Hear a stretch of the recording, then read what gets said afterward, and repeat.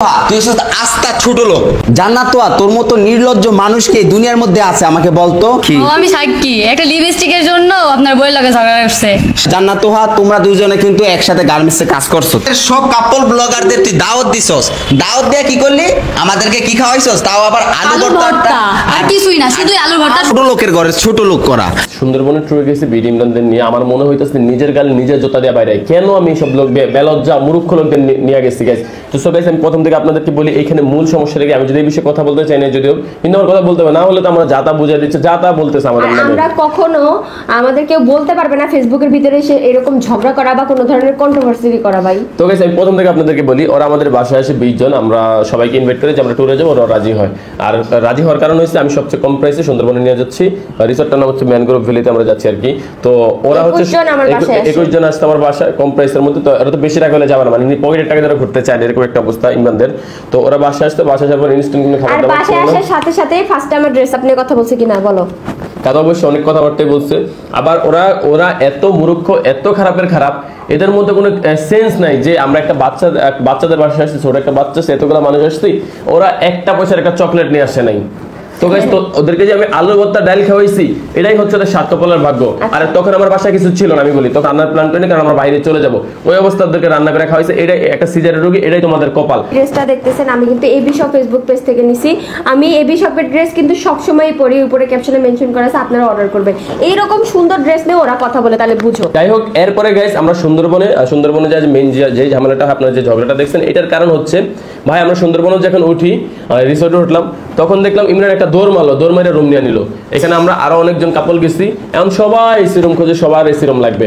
মানে জীবনে থাকে নাই এসির নিচে, আবার ঘুরতে যে এসি খুঁজে। হ্যাঁ, তখন ওরা কি করছে, ওরা সবাই নিজের রুমগুলো নিয়ে আমারে বের করে দিছে। আমি বাচ্চা নিয়ে, একটা ছোট বাচ্চা নিয়ে আমি কিভাবে নন এসির মধ্যে থাকবো? আমার নন এসির মধ্যে থাকা যায় যদি ভালো স্পেস হয়, কিন্তু এটা ভালো স্পেস ছিল না। আমার কথা কেউ চিন্তা করে নাই, অথচ আমি তাদেরকে সবচেয়ে কম খরচে সুন্দরবনে নিয়ে গেছি।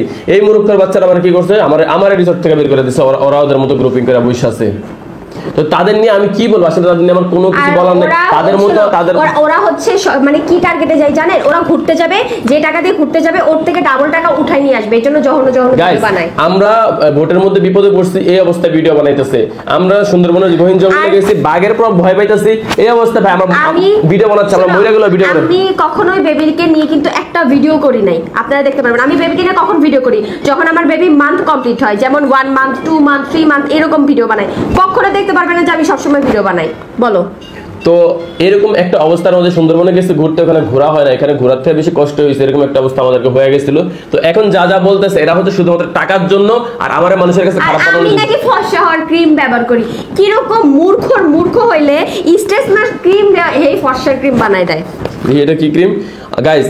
এই যে প্রেগন্যান্সির সময় পেট ফাটার যে দাগটা থাকে, সেটা ইয়ার জন্য, মানে সেটা রিকভার করার জন্য যারা সবসময় এই ক্রিমটা ইউজ করে থাকে, আপনারা জানেন, এই যে অ্যান্টি স্ট্রেস মাস্ক ক্রিমটা। তো এই ক্রিমটা ওর ব্যাগে দেখা ওদের ওয়াইফরা হাসাহাসি শুরু করছে, জান্নাত নাকি সুন্দর হওয়ার জন্য মানে ক্রিম ইউজ করে থাকে, সুন্দর হওয়ার ক্রিম। কত বড় মূর্খ! স্ট্রেস মাস্কের মানে ওরা বোঝে না। ওরা বুঝবে কি? ওদের তো শিক্ষাগত যোগ্যতা নাই গাইস। সবচেয়ে বড় শিক্ষা, যদি কেউ পারে না আমার গালে এসে জোতা দিয়ে বাইরে যান, কেন আমি তাদেরকে নিচ্ছি।